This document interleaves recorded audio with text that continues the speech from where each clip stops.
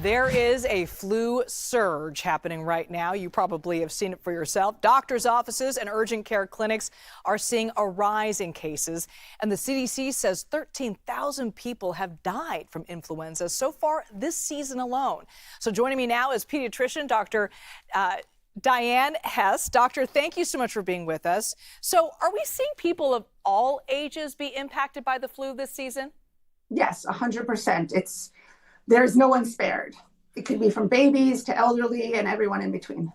Yeah, we said this in the break. This hits very close to home for me and my family. My son had the flu. Most of his class has been out with the flu at some point during this season.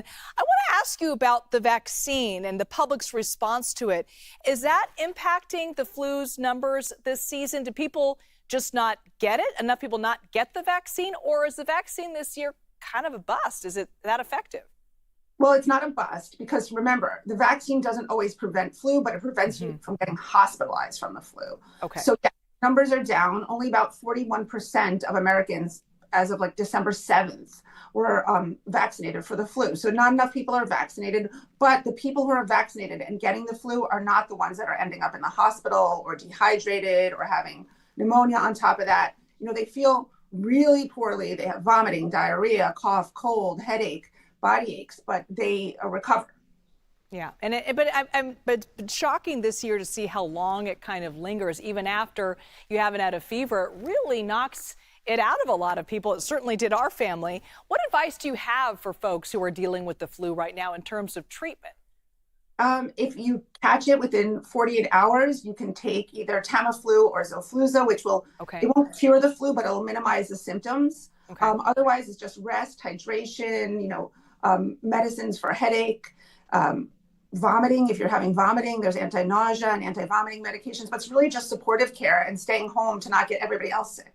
When do you expect the numbers to start to go down? Does it happen in the spring when more people are outside? When are these numbers going to go down, do you think? It's definitely seasonal. Hopefully, the end of February, March, we're going to start to see the numbers go down. All these viruses are seasonal. This is just a bad flu season. Yeah, that time cannot come soon enough.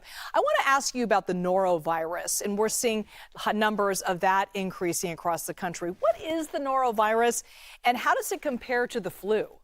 So norovirus is a gastrointestinal virus. It is totally spread differently than the flu. The flu is a respiratory virus. Norovirus is spread from fecal oral contact. So, you go to the bathroom, you don't wash your hands well, you touch a doorknob, you touch your face, you touch your glasses, you touch a table, and you spread it to other people. So it is not a respiratory virus, but it's very, very contagious. And that's what you usually see on cruises. Mm-hmm. Good reminder, wash your hands. When in doubt, wash your hands. Dr. Dyan Hes, thank you so much for being with us.